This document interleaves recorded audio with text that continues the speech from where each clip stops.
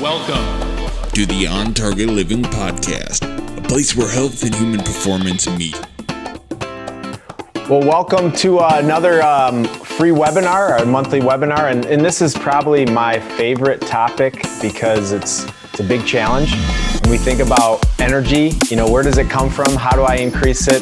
What's your current energy like? So thanks for joining us, and for the folks that are going to watch this later, again, thanks for watching this.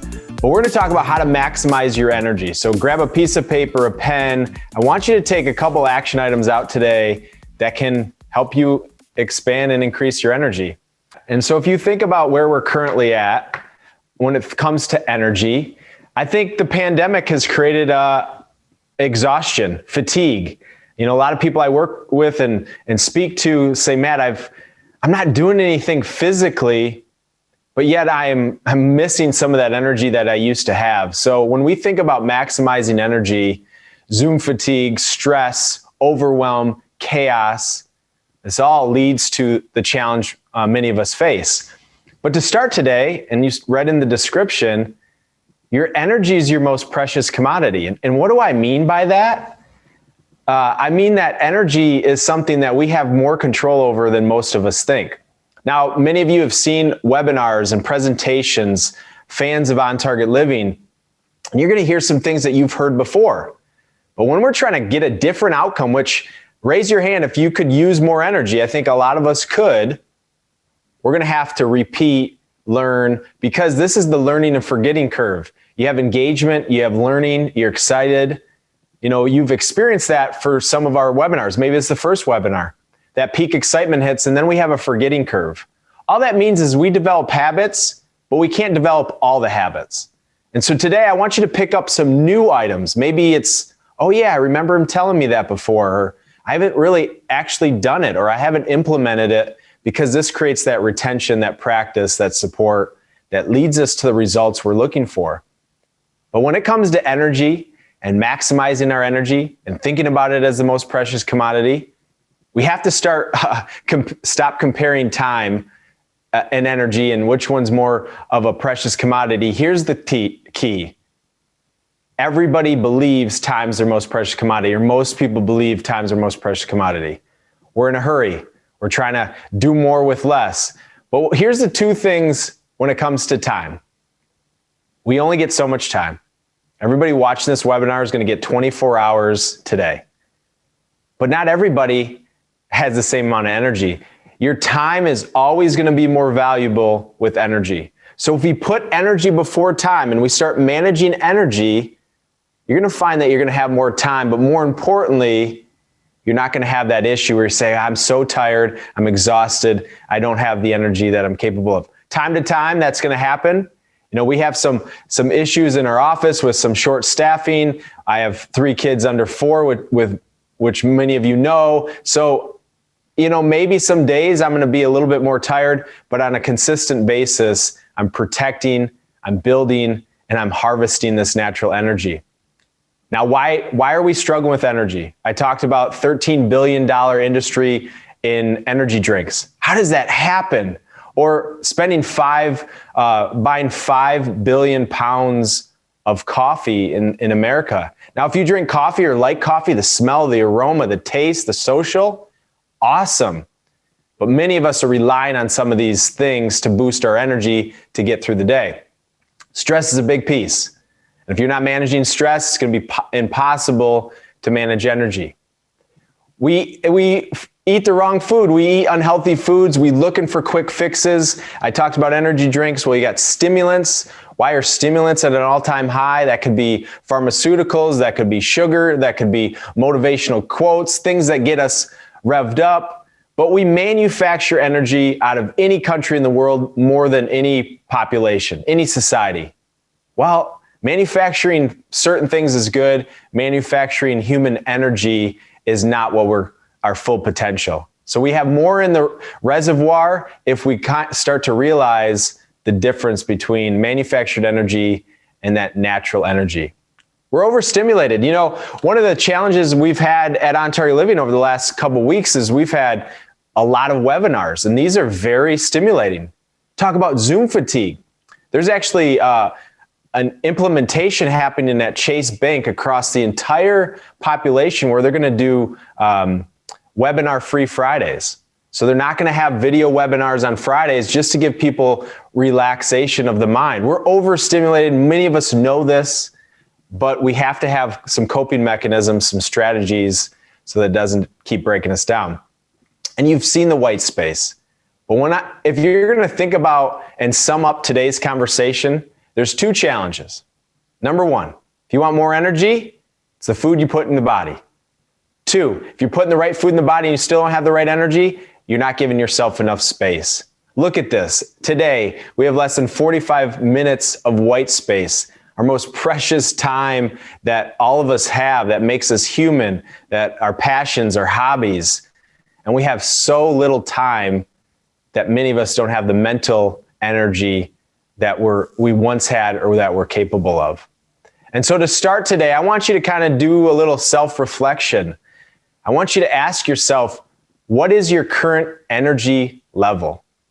This is a scale. Now, the challenge with energy, and this is a big important point, is we can't measure it in an objective way.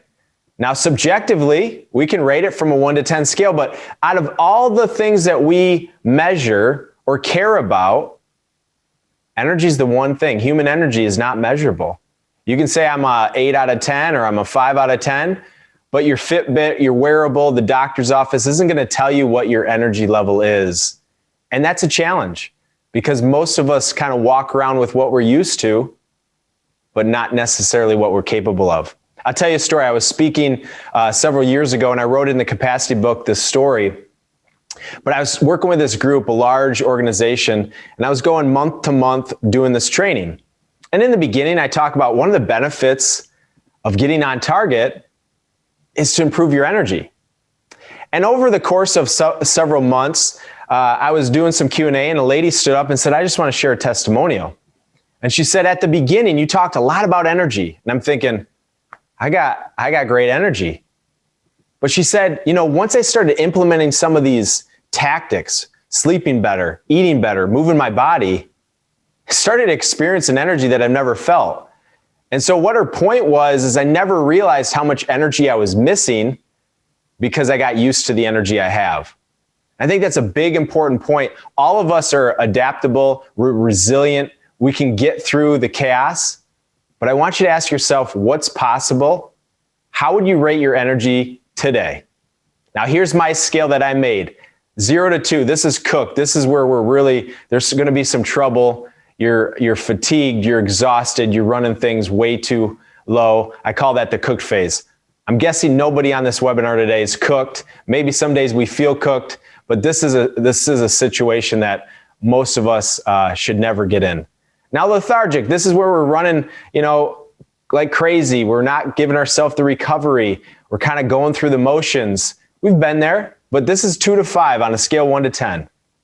Now, caffeinated. Now, when I say caffeinated, it doesn't mean that you're caffeinated. It means that you're kind of faking it.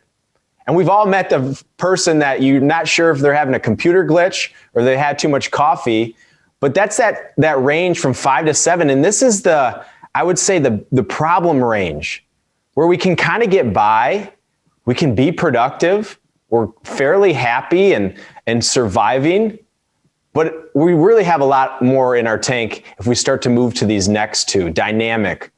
We're on a fairly regular basis, you feel pretty good. You never think about poor energy. You never think about maybe having some ups and downs. You're not quite sure how to sustain it all the time, but you're fairly close. And then my goal for everybody, and we're not always going to be a 10 out of 10, but can you be on fire? Can you wake up every single day feeling, wow, I have this abundance of energy, this boundless energy that kind of fuels everything that I do in life. And that's possible by taking care of your foundation that we'll talk about. But I'm going to go over kind of 3 things. Obviously, rest, eat, move is 3 pillars we teach. And I'm going to talk about them in a different way today. But the number one thing we have to understand, if you're saying, well, I'm 5 out of 10, or, some days I'm like a 4, some days I'm an 8, is our energy comes from food. And I think this is sometimes so overlooked. It's so simple. It makes so much sense to people, but energy comes from food. So we have to look at the food we're eating or not eating to help us dictate, well, can I increase my energy? Now, if you're saying, Matt, I feel like I have good energy, but I don't know, maybe you look at the food you're eating and say, am I missing any of these things? Because if you are, you're probably leaving some energy on the table. Hydration. Today, if you're saying, what's the one magic bullet? Well, there's not one magic bullet, but if you start drinking more water, I guarantee that you're going to feel more energy. Why? What does energy do? Well, it helps with blood flow, helps with oxygen, it helps with elimination, so that we're going to have a more abundance of this circulation. Hydration does two things. It helps us detoxify, helps us give us energy, making sure that you're drinking enough water. You've heard me say this before. You've heard us say this before. Half your body weight in ounces of water a day. Adding lemons, limes helps you become more alkalizing, which again is another factor to improve your energy. What are you missing? Matt, what supplements, what multivitamins? I had a couple conversations yesterday with a lady that's taken a bunch of multivitamins, and the rep that's selling the multivitamins is saying you're deficient in vitamin D3 and all these other isolated nutrients. We got to get out of this concept of isolated nutrients. You go to your doctor tells you that you're deficient in B vitamins, or you're deficient in vitamin D3. This is common, magnesium. But instead of going to the isolated solution, we got to start thinking, can we get it from the source? What's the food that we can consume? You've heard us talk about the superfoods. Are you getting enough omega-3s? That's amazing for our brain health. It's amazing for our vascular health. It allows us to decrease inflammation. All these things could lead to greater energy, but also digestion. You think about energy. The last time you were sick, like you had a stomach virus, or you had food poisoning, or you just had indigestion or upset stomach, I'm guessing you didn't have very good energy. And so it's the food that we eat that dictates our digestion. Ask yourself, what are some foods that I'm missing? What are some nutrients I'm missing? And then looking for ways from a food standpoint to get those nutrients. We don't eat nutrients, we eat food. And so if you start eating real food, we really can get some of these nutrients in the body. Omega-3s, super greens, I'll talk about chlorophyll in a little bit. 3, quality, upgrading. You've heard us talk about this, but this is so important. I was working with a group last week, and the whole conversation was how to upgrade. How to take the food you eat or like to eat and make it better. I was kind of talking about the overconsumption of coffee. If you use coffee or like coffee, can we make that coffee better? How do you do that? You start reading the ingredient list, making sure there's certain items not in the ingredients, less ingredients the best, avoiding trans fat, and we gotta stop consuming these synthetic, man-made items that they're adding into food, whether it's a supplement, a beverage. Let's just spend a little time here about beverages. I think we use beverages to kind of wake us up and get us from one position to the other, but a lot of the beverages can really hide what are in the beverages by putting in these man-made items. So if your beverage says 0 calories, no sugar, no nothing, but it tastes like a blackberry, there's probably some man-made, natural flavor, synthetic item that's not going to make that healthy for the body. So quality matters. Upgrading the foods you love is really key to building that energy. And I made this slide, and it's a little play on the flaxseed oil gel tablets, but every single day I get an email, Matt, what do you think about this supplement, whether they're getting it on Amazon or online or their neighbors selling it? And we have to back up and say, well, what's the value versus the cost? I believe energy is priceless. I think energy is our most precious commodity. And the way you build energy doesn't really cost a lot of money if you start thinking about this value versus cost. At the source in Apple, if everyone was consuming more whole foods, we would see greater energy. But as we process it and as we market it and as it goes viral, apple cider vinegar becomes everybody's magic bullet. And it's great, but it's just one piece of the puzzle. And it's more expensive, it's more processed, and it's farther from the source. It's a healthy item, but you can see it's not an apple. But this is kind of comical to me. This is apple cider vinegar gummies. #1 selling supplement on Amazon today. And I actually saw a commercial yesterday for the first time. There's less than 6 tablespoons of apple cider vinegar in this supplement. 6 tablespoons. And yet it costs $20 per bottle. Cost is through the roof. Value is almost non-existent. And so I want you to think about that, or kind of observe what you're doing on a daily basis. Are you getting to the source? Are you upgrading? And are you getting the value that you want? Not just feeling like you're spending a ton of money and still missing the energy. Okay, I haven't had a carb since 2004. Check these out. See these? See these boys? This is what I live with every day. I lather this up with Kiehl's in the shower. You want to touch these bad boys? Sorry, not going to happen. So I have to play that because we're so scared of carbohydrates, but today's conversation is all around energy. And if you said, what do carbohydrates do more than anything else? They're our main energy source. Now here's the double-edged sword. If you consume the wrong carbohydrates, energy spikes and then it crashes. You consume the right carbohydrate, it's a slower uptick, and then it's a slower downtick, meaning it's a more sustainable energy. We know if we had a bag of chips or something quick and savory that sounds good, we kind of get that quick boost of energy, but then it dissipates, like Thanksgiving. And so when we start cutting out carbohydrates, which we're doing as a society, which we're doing as a population, we're going to see energy go down from a substantial, sustainable way. Fruits, vegetables. Are you having potatoes, starchy carbohydrates? Are you consuming grains? Are you getting legumes and beans and nuts and seeds? Many things that have these carbohydrates. We have to use carbohydrates to make us feel our best. Now, if you're avoiding carbohydrates to lose weight, you will never have the energy that you're capable of. That's why I'm not a fan of ketosis. That's why I'm not a fan of many of these diets where they're starting to count macros and remove foods that are naturally designed for humans to consume. Carbohydrates are a main energy source. You've heard me talk about the importance of them from a digestive standpoint. We have to protect and use these carbohydrates so that we can have the energy we want. About 50% of our calories should come from complex, long-chain carbohydrates. Proteins. If you overconsume proteins, and I see this over and over again, you're going to become too acidic. You start to become too acidic, you're going to start having poor digestion. So connecting some of these dots, Matt, I just don't have the energy at the gym.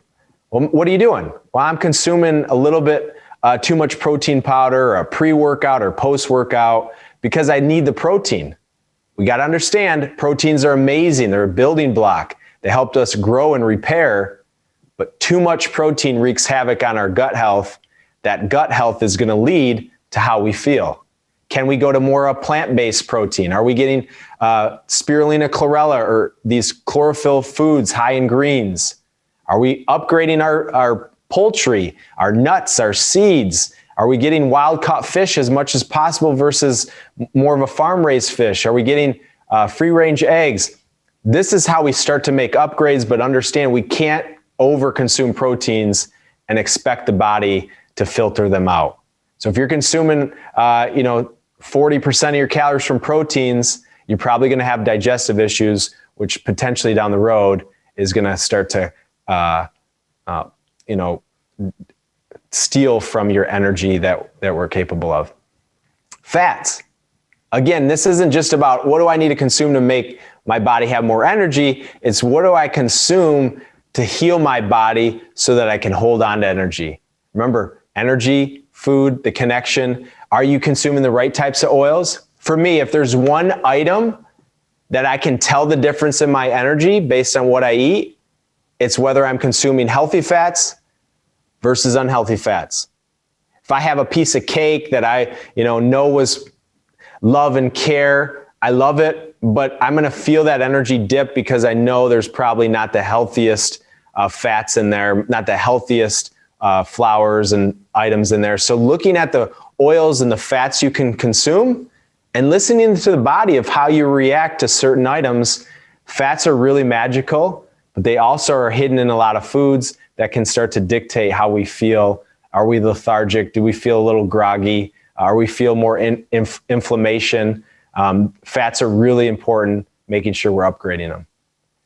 And you've seen the gut biotics chart. It's on our website, but the foods you eat are your pre and probiotics. And so if we don't have that good gut health, don't just start reaching for the pre or probiotic in a pill. Let's reach for the pre and probiotic in a food. So prebiotics, bananas, oatmeal, grains, potatoes, flax seeds, probiotics like sauerkraut, even apple cider vinegar is an amazing item, but an apple actually has more probiotics, lemons, pickles, and then you have your symbiotics. One of my favorites being cacao nibs, which is real chocolate.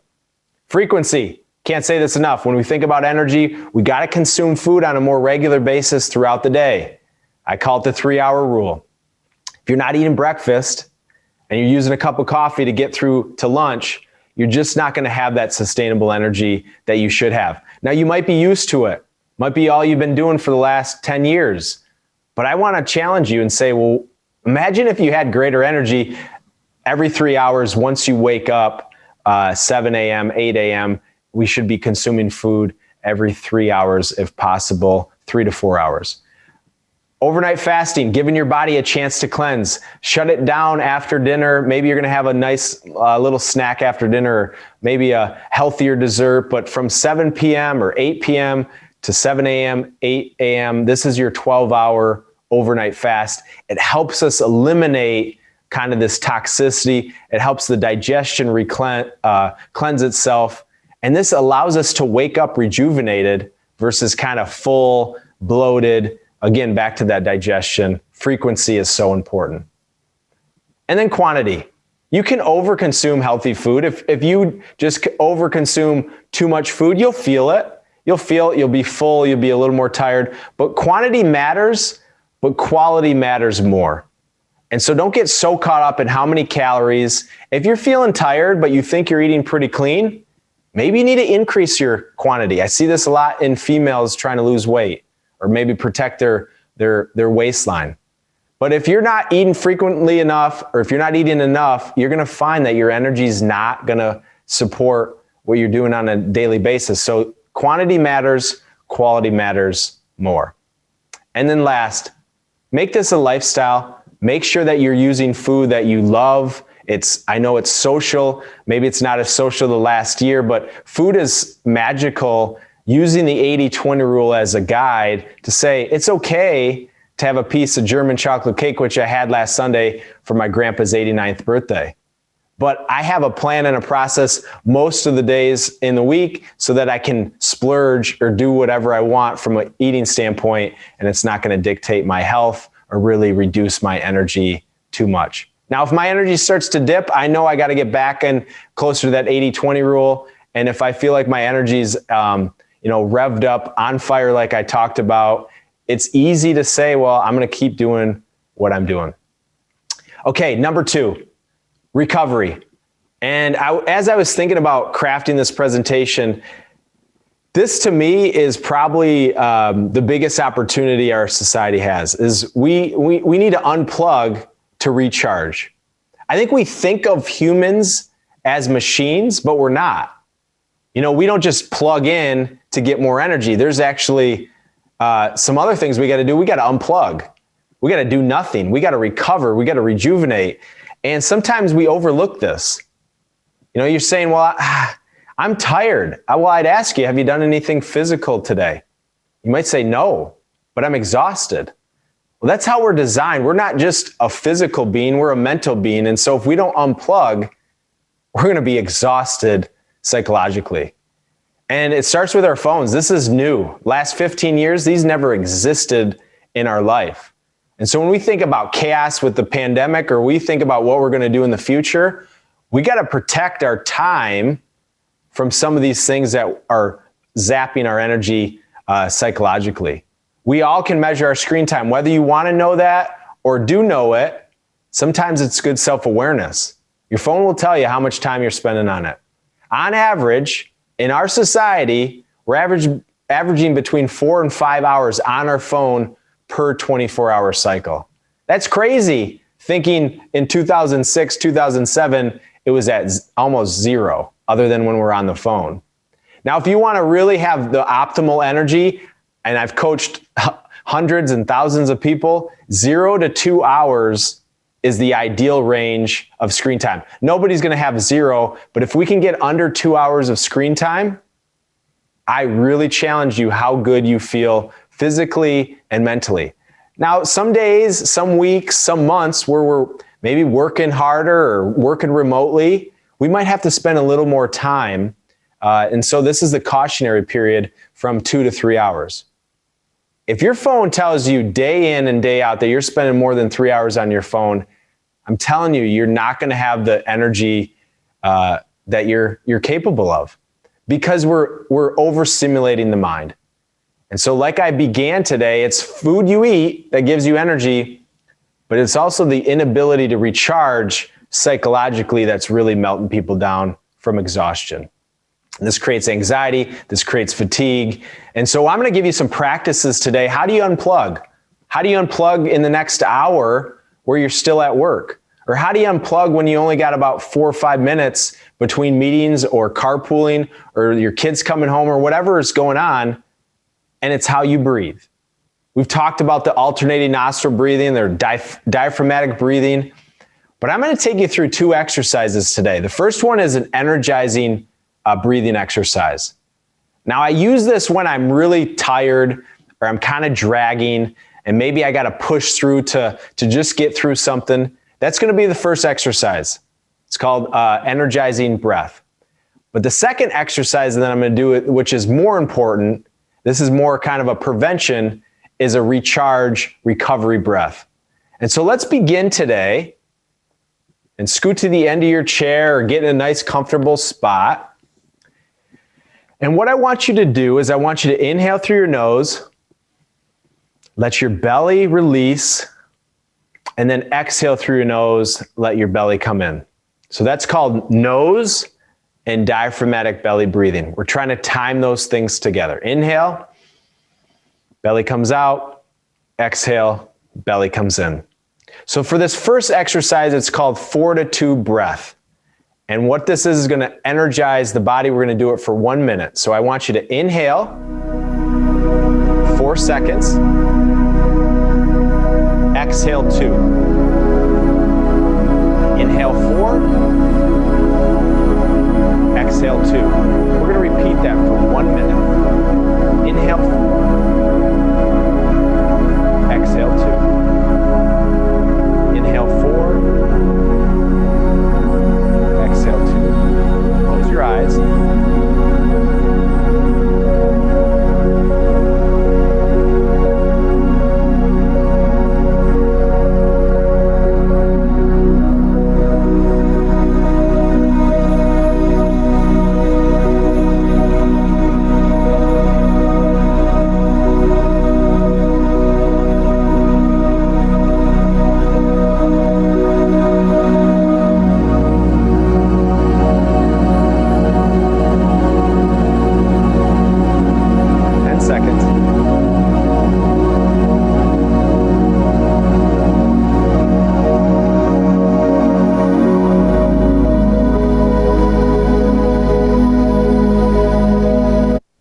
So this is a practice to energize the body. What you're doing here is you're actually getting it into sympathetic, fight or flight, more adrenaline, more oxygen. So you're taking an inhale, which stimulates sympathetic, and you're limiting your exhale. Now, some of us breathe like this when we're in fight or flight. This is a practice to give us more energy. Change how you breathe.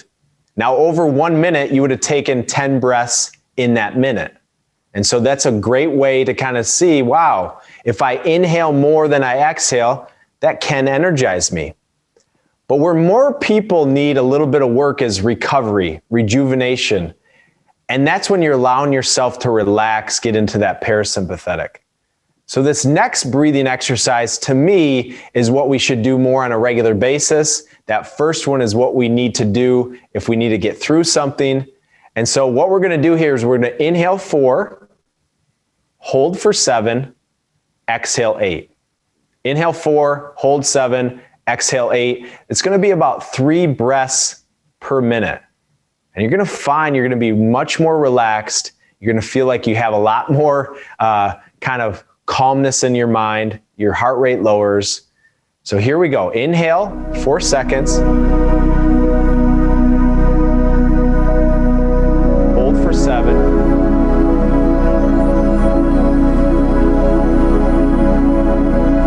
Slow exhale for 8.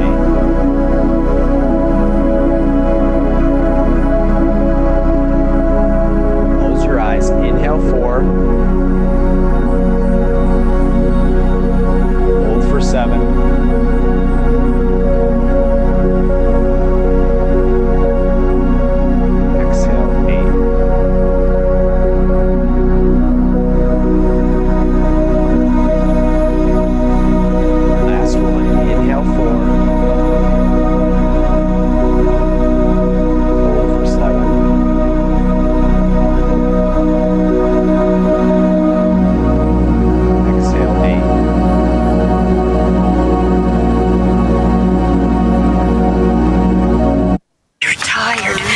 So a recap, we had the energizing breath. So that's 4 inhale, 2 exhale.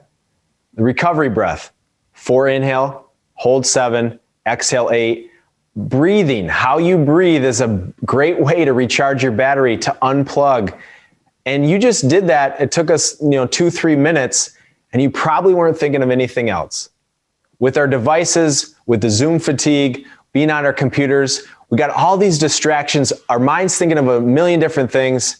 Breathing is our way to be present, focus the mind, relax the body. The next phase is we're going to talk about sleep. You're tired. You get weird when you get tired. Let's just find a motel. I don't want you dozing off. I'm not tired. Are you kidding? Go another 100 miles. Come on. No problem.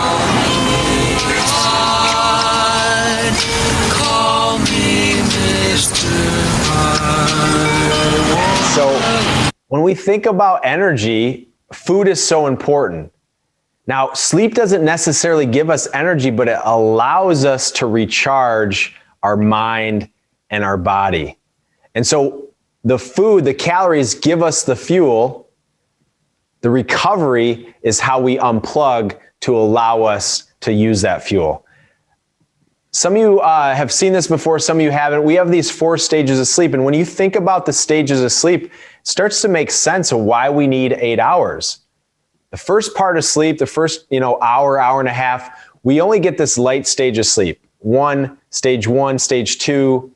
This is where memories are created. But this is the beginning part of sleep. We actually spend the most time in sleep in stage 2. Stage 3 is when the body heals itself. So think about your hormones, think about inflammation, think about repair. That happens in stage 3 of sleep. That's our deep sleep.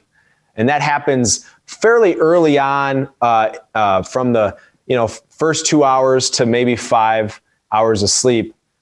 Where the magic happens, especially in the brain, and that's what I'm the most concerned about when people say they're so tired, is the overstimulation of the brain, is the rapid eye movement, REM sleep. And when you think about REM sleep, this is when we detoxify, we eliminate the toxicity in our brain, but this is the sleep that we're giving up. And so as we've slept less, going from 10 hours to 8 hours to averaging 6.5, the part of sleep that we keep eliminating is that rapid eye movement. So if you're thinking about your energy or how you feel, are you getting 7 to 8 hours of sleep? And if you're not, it's going to be hard for the body to detoxify, to build that cognitive function, that rapid eye movement that all of us want as we age. And so rapid eye movement is the most important part of sleep. If you're not getting 7 to 8 hours of sleep, you see you're never going to get the amount of rapid eye sleep that we need, rapid eye movement. And you see from 4 to 6, you get very little, but it's from that 6 hour to 8 hour, that last 2 hours, that we get the most rapid eye movement. Now, how do you improve sleep? This is not how we improve sleep for most of us. Now, I'm kind of making fun of it, but this is a mattress commercial saying change the way you sleep. And there's a lot of mistakes that I see in this picture. Number one is nobody should have their computer in their bed. We shouldn't be looking at our devices on our way to bed. Now, she's got the blue light glasses, but that is not the source of the problem. The source of the problem is being overstimulated. The mattress is most of the time not the issue with people struggling with sleep. It's their minerals, it's the overstimulation. It might play a role, but it's not the role that has been taking marketing like this viral through all different platforms. So making sure that you're planning your sleep. Are you getting enough magnesium, Epsom salts? Are you unplugging a half hour, 60 minutes before bed, half hour, 60 minutes after you wake up? These are ways that we recharge our sleep battery. The last thing about unplugging is we need these breaks. I talked about the no webinar Friday that Chase Bank's doing, the Zoom fatigue that all of us feel. One of the things that we are starting to realize is the mind has this fight or flight response when we're on camera. And so if we don't have micro breaks throughout the day, that chronic stress and that chronic zapping of our energy will start to break us down. And so the way we used to work is not going to work in the future. And that's why we got to start thinking about our day. Are we giving ourselves micro breaks? You know, think about it right now. It's 1:40. Have you gotten up to get a glass of water? Have you been outside? Have you moved the body? Have you closed your eyes and worked on your breathing other than the exercise I took you through? We all have more control over this than ever before. Work-life balance, it's blurred, but we got to start working a little bit differently. We got to start thinking about our day a little differently. Can you give yourself some breaks so that you can have maximum energy or your maximum energy throughout the day? And that's what we call white space. Are you giving yourself time for a massage or a half-day vacation? Or maybe you're going to go walk in nature. Maybe you're going to go, one afternoon where you're just going to give yourself a 15-minute break where you're going outside. Are you unplugging? You know, most of our energy isn't because of the physical exertion, it's the mental exertion. But many of us take a break by looking at our phone or going through our feed.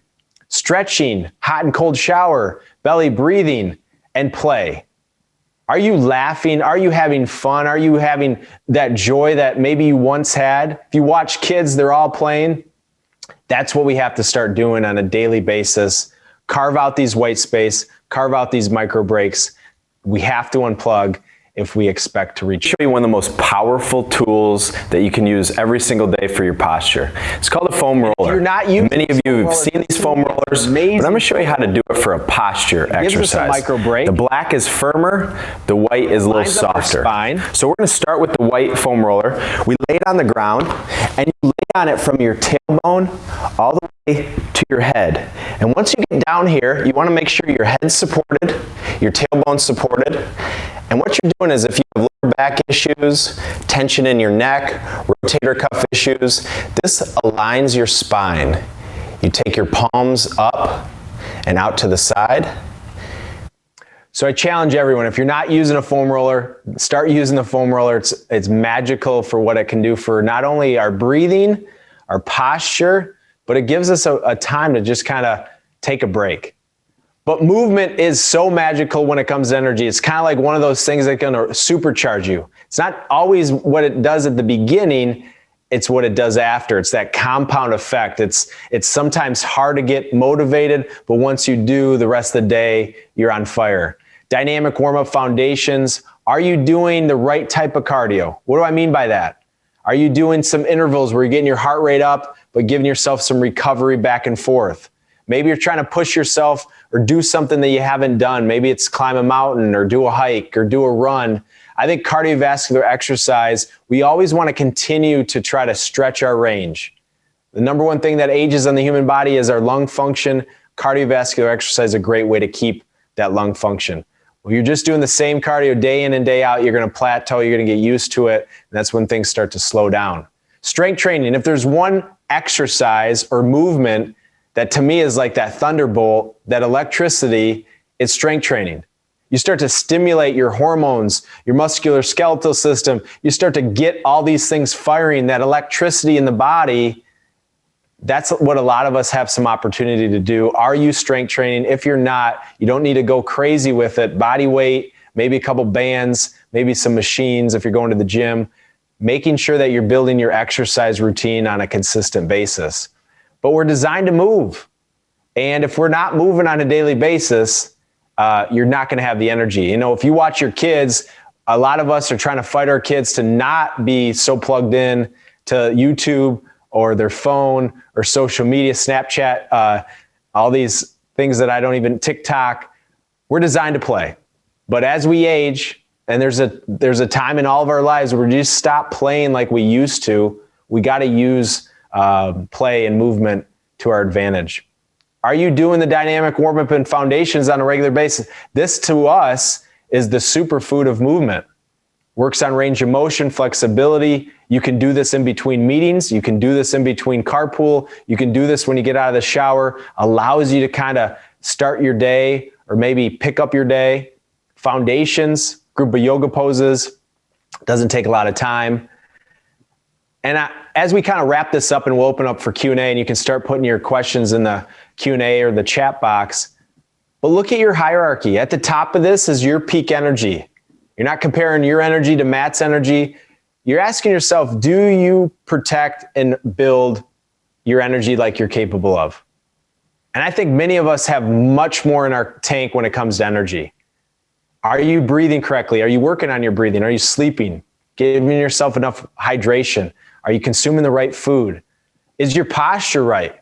You know, body language and posture dictates to how we perform psychologically. If your shoulders are rounded and slumped, it tells us, it gives us this kind of emotional response based on how we are standing. You know, when you start moving the body, it actually makes you more confident. So these are things that really can energize the body. This is your hierarchy. And I'll share this to everybody on this webinar, but these are my 5 takeaways today to build your energy. Water. Drink more water. Most people are still dehydrated. Everyone's heard about it, but are you doing it? Remember the learning curve? You're excited, you forget it. Now we got to repeat it. Really go in on water. Are you getting half your body weight in ounces of water a day? 2, sleep. You can't fake sleep. Now we can survive on 5-6 hours of sleep. We can do that our entire life, but your energy is not going to be what you want it to be. And so if you wake up and you need coffee or you need caffeine, and without it, you can't really function, maybe sleep is something we got to reinvest in, reprioritize. Are you having maybe too many glasses of wine or too many cocktails throughout the week that's dictating the sleep quality that you have? Food, anything with the color green, spirulina, wheatgrass, broccoli, spinach, kale. Think of chlorophyll as kind of that raw material for energy. Chlorophyll is the blood of plants. And if we consume it, it starts to help us from an immune system, helps us from an energy standpoint, gets our blood working more efficiently. We need to eat more green foods. We know how powerful it is. Movement, if it came in a bottle, we know that would help so many people, but it takes a little work, takes a little mindset. But once we do it, that momentum takes over. And number 5, we have to stop manufacturing energy. At 34 years old, I have many people in my life, many people I've come across that rely on stimulation to get through the day. Whether it's medications, caffeine, energy drinks, motivational quotes, so many different ways. I think humans, our most precious commodity is energy, but the challenge is we don't know how to track it. We don't know what we're capable of. And so that we fall in this trap of, well, I need something to pick me up. We all have the ability to naturally harvest it if we protect our foundation. Now there's 3 metrics that I'm gonna leave you with that you need to know. How many breaths are you taking per minute? Everyone on this webinar needs to know that. I want you to be between 5 and 12, that's the goal. The average American's between 15 and 20, so it's not where we should be. It tells you how your nervous system's working, tells you how your stress is, tells you how your fitness level is. What's your resting heart rate? Under 60, 55 or under is fit, 55 to 69 is normal. We start elevating that resting heart rate to 70. Either we're not consuming the right foods, we're overstimulated and stressed, not sleeping, and then all of us kind of know about blood pressure, but what's that bottom number? What's that diastolic blood pressure? What's the pressure of your heart when you're at rest? That's the number we need to know. Ideally, we want that number to be under 80, but for most of us, should be closer to 70, 69, somewhere in that lower range. As I wrap up and you can start putting your questions in the Q&A. It takes steps. Wherever you're at today on that scale, maybe you're 5. We're not going to get to 10 overnight. And some of you may be thinking, well, I don't even know what 10 would even feel like. Energy is elusive. We all know when we have it. We know when we don't have it.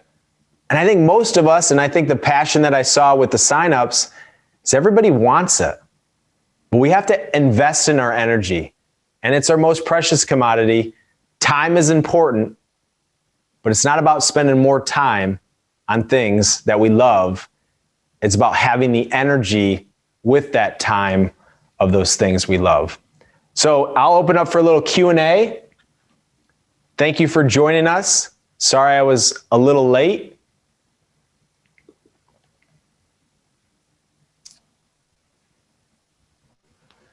So let's get the Q&A box open here. And if you want to raise your hand, I can also unmute your line. So I see George, if you want to ask a question. I saw your hand was raised. George Connor, if you have a question, if not, on accident, no problem. You'll have to unmute yourself. Can you hear me? Yeah, go ahead. Yeah, just you had mentioned those blue blocker glasses. I mean, do they help to any certain extent using them, or is it just best to stay away from the screen? Yeah, George, great question. I actually have blue light blocking glasses. I think they're fantastic. The joke I was making with the mattress commercial there, the mattress marketing, is they're putting the blue light glasses because they're trendy. But the mistake is we shouldn't have our computer or our phone in bed for the most part. So now we're going to be on our devices. So if you're at work or if you're kind of over consuming or consuming technology, a blue light glasses or getting a lens with blue light glasses, I think is a fantastic option. They even make screens or screen covers that have that blue light protector. And another thing, all phones, you can change the color pattern that your phone has. And so the dimmer it is, the less stimulation it is for the mind. Great question.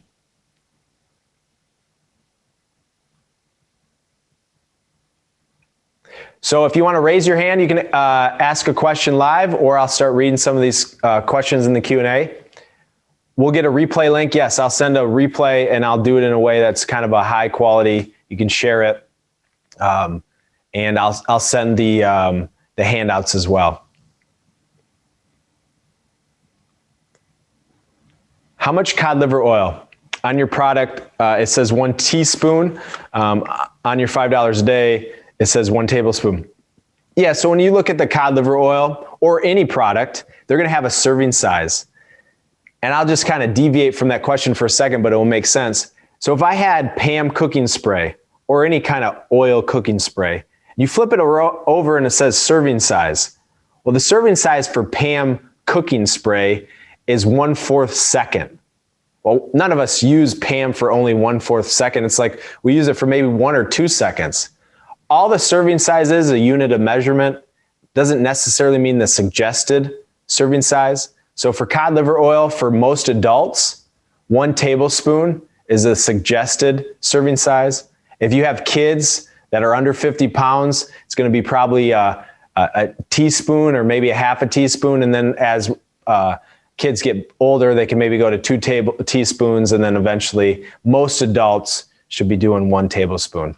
And how do you know? Well, on average, we want to get about 1,500 to 3,000 milligrams of DHA and EPA every single day. And so that's how you get to the 1 tablespoon. Great question, Debbie. Oh yeah, great question, Mary, and I meant to bring it up. You know, meditation is crazy popular, and in our office, Dawn, who some of you know, she's been talking about, you know, breathing and meditation and all these things. But to me, a nap is a form of meditation potentially. And for me, the number one thing from peak performance, if I have a big stage, or even when I golfed competitively, or maybe I have you know, my kids are coming back from something and I want to be present for them, a nap is an amazing way to kind of clear the mind, to rejuvenate the body. And so I love naps. The key is not taking a nap for too long, because if you start to take a nap for over 20 minutes, get into an hour, hour and a half, you're going to start changing your sleep rhythm. But 20-minute nap is amazing at recharging the mind, not necessarily getting you into that REM sleep, but really allows you to kind of get in that meditative state. So I think a nap can be a form of meditation. It's one of my secret weapons.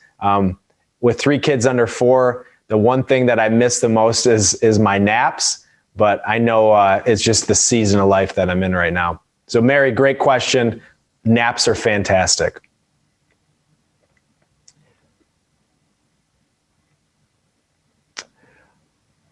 So Lucy asking about how do you progressively improve, for example, how do you improve blood pressure? Start with breathing exercise. Yeah, so blood pressure, that's one example. Blood pressure, you know, whether you're on a medication or not, is really a nervous system issue. So it's not necessarily you're over consuming too much salt or what you're eating. It's the nervous system is not regulated the right way. And so breath is, if you're building that hierarchy, I would say is number 1. Are you getting enough sleep? Is your stress level high or maybe not high enough? Is your fitness level where it is? So progressions are saying, what are you doing right now? Is there anything you can upgrade? Is there anything or gaps that you're missing? And so we look at those rest, eat, move pillars in that way and say, okay, if each one's a bucket, which one are you doing the best? Okay, if you're doing that one pretty good, maybe let's look at the one that you're not doing at all. And it might be movement and saying, okay, I just got to start moving my body. So taking small baby steps like that plant you saw, starts with one, then it goes to the next. That's kind of the key there.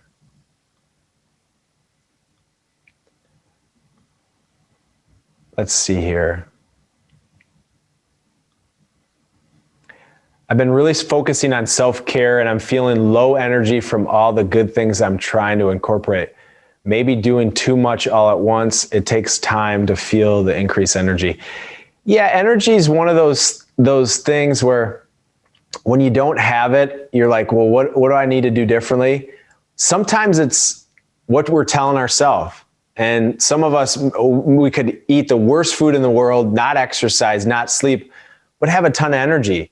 And so sometimes you have to fake it until you make it. That's one powerful tactic. But I would say for you who asked that question, you know, don't overwhelm yourself and give yourself credit for all the things that you've done. And maybe think, maybe I'm not getting the right food. Maybe I've over cleaned up my diet, but I'm not getting enough calories. That's sometimes a common mistake that's overlooked. You know, I'm eating really clean, but my energy is pretty low. Maybe I'm not consuming enough food.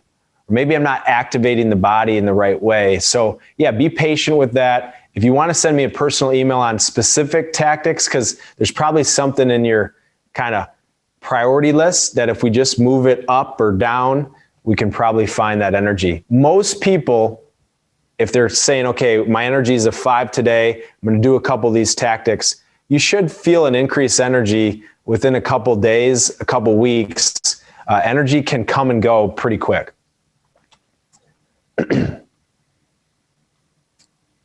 How do you integrate the water intake in your daily routine, go from 0 to 120 ounces? Well, hopefully we're not at 0. Everything has water, fruits, vegetables, pop, coffee. But I'm really, when I say the 120 ounces, I'm talking about pure just drinking more water.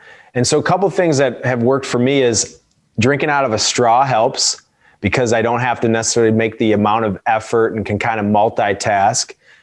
Having the water next to me as a reminder is a great thing. On my bed, nightstand, in my office, in my car. So if you need to buy a bottle or buy bottled water, I'm not a huge fan of using all the plastic, but again, what can you do to make it easier? It's called energy activation. If it's too hard to drink water, we're not going to drink more water. And so right now you have a habit of drinking 0. And so if we want to go to 120, we got to start making it easier to drink water. Lemons and limes make the water a little more exciting. Maybe add a little bit of cherry juice or pomegranate juice, or maybe you want the carbonation with naturally carbonated mineral water. These are some great options. There's wearables that can remind you. I'm not as big of a fan of that, but if that works for you to create self-awareness, I think that's something to try.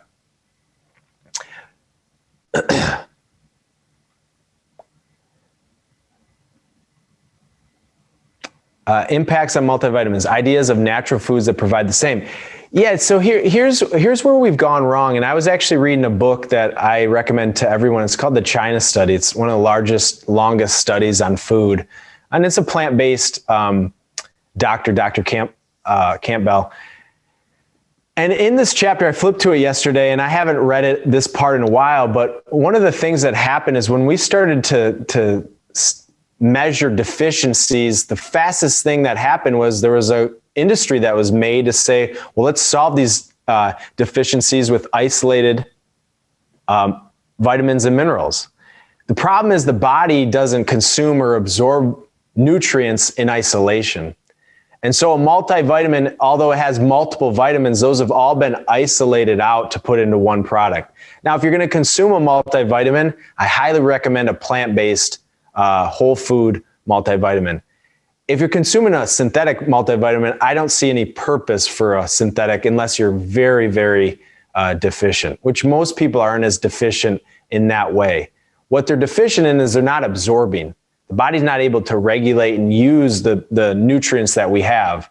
So let's start with just whole foods. Are you having an apple, orange, banana on a daily basis? Not all 3, but maybe once, one every other day or something like that. Are you getting enough, fruits and vegetables combination? The 2 biggest things. Are you getting omega-3s and are you getting chlorophyll? Now, those things have multiple different nutrients across the spectrum: vitamin A, vitamin D, your pre-resolving mediators, which are very anti-inflammatory. Your spirulina, chlorella, your wheatgrass, these have over 90 minerals in some aspects, your B vitamins. So I think the key is to go to food first, but really let's make it simple. Are you getting omega-3? Are you getting enough chlorophyll? If you're doing that, then we start saying, what other nutrients maybe am I deficient in? Are you deficient in B vitamins? Can I eat more grains?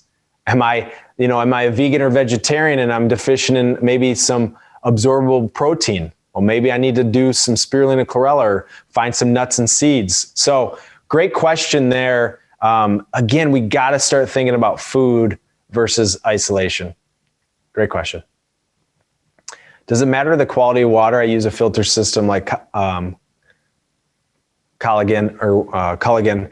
Love water over regular bottled water. Yeah, I mean, I think depending on where you live and what type of water you have, a filtration system can be great.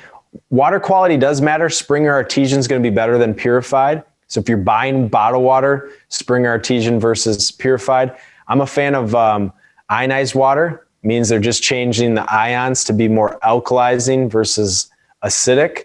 But sometimes we need the filtration depending on the city we live in. I live in a city that puts a lot of chlorine and you can actually smell it. So I use what's called a Soma filtration. It's a coconut shell filtration. It's pretty inexpensive.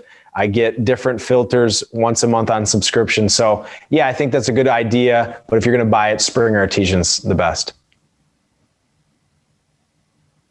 During fast time, can you drink water? Absolutely. And I want you not to think, well, is there one right way or a wrong way? It's your way. What works for you? And at the end of the day, if there's one thing from a takeaway, is track yourself against yourself. So if you're thinking about energy and your friend says, I have a 10 out of 10, you're not trying to chase them. You're trying to chase yourself. What do you want? How do you feel and what's working for you?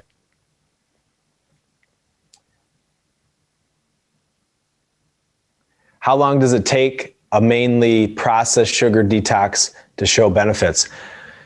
Everybody's different. You know, the skin's the largest organ. That's the first thing that I kind of look in people. You know, is your skin glowing? Is it lubricated? Do you have kind of the skin that you want? Your digestion, that's another thing that from a detoxicity standpoint. But energy is probably the number one thing that I look at. Is your energy improving or decreasing based on what you're doing? So everybody's different. From a blood work standpoint, I usually say 3 to 6 months. From some of these more subjective things like energy or skin or digestion, I would say days, if not weeks. Is seltzer water the same as regular water, flavored water? No. So if there's ingredients in water, it's not water. Spring artesian water is coming from some aquifer or some place where it's naturally filtered. They don't have to filter it. If it says purified, and then you see these ingredients like magnesium or calcium or natural flavored, that's no longer just water. And so Dasani, Aquafina, if you have to drink those, great. If not, that's probably the worst bottled water you can drink because it's actually kind of dehydrating if you overconsume it. So spring or artesian is where you want to start. The natural flavors are where people can be a slippery slope. Is there an optimum time during the day to take a nap based on circadian rhythm? Yeah, that's a good question. I would say in the afternoon, you know, so after maybe a meal at lunchtime, we tend to kind of hit that gap. We've been stimulated by work maybe in the morning. And so if we take a 2 p.m. or 3 p.m. nap, it won't really impact our sleep if we're going to bed at like 10 p.m. So I think afternoon. But whenever you can. I mean, if you feel like you need it, give yourself the time. I think we have to understand it's not always a luxury, it's a necessity. So recovery is a necessity, it's not just a luxury. Actually, I answered all the questions. So thank you for joining us. I'll send the replay to everybody. And again, maximize your energy. We have the ability to. Are you resting? Are you eating? Are you moving? And we'll see you again next time. Thanks, everyone.